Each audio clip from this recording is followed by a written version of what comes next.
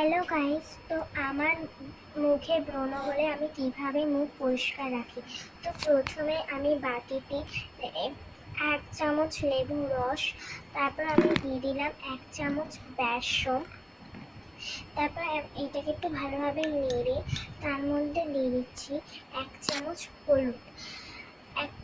এক চামচই বলতে গেলে হাফ হাফ চামচ, মানে 1 চামচ হলুদ নিয়ে এটাকে ভালোভাবে মিক্সিং করে এর মধ্যে একটু গোলাপ জল থাকে বাড়িতে তাহলে গোলাপ জলও অ্যাড করতে পারো।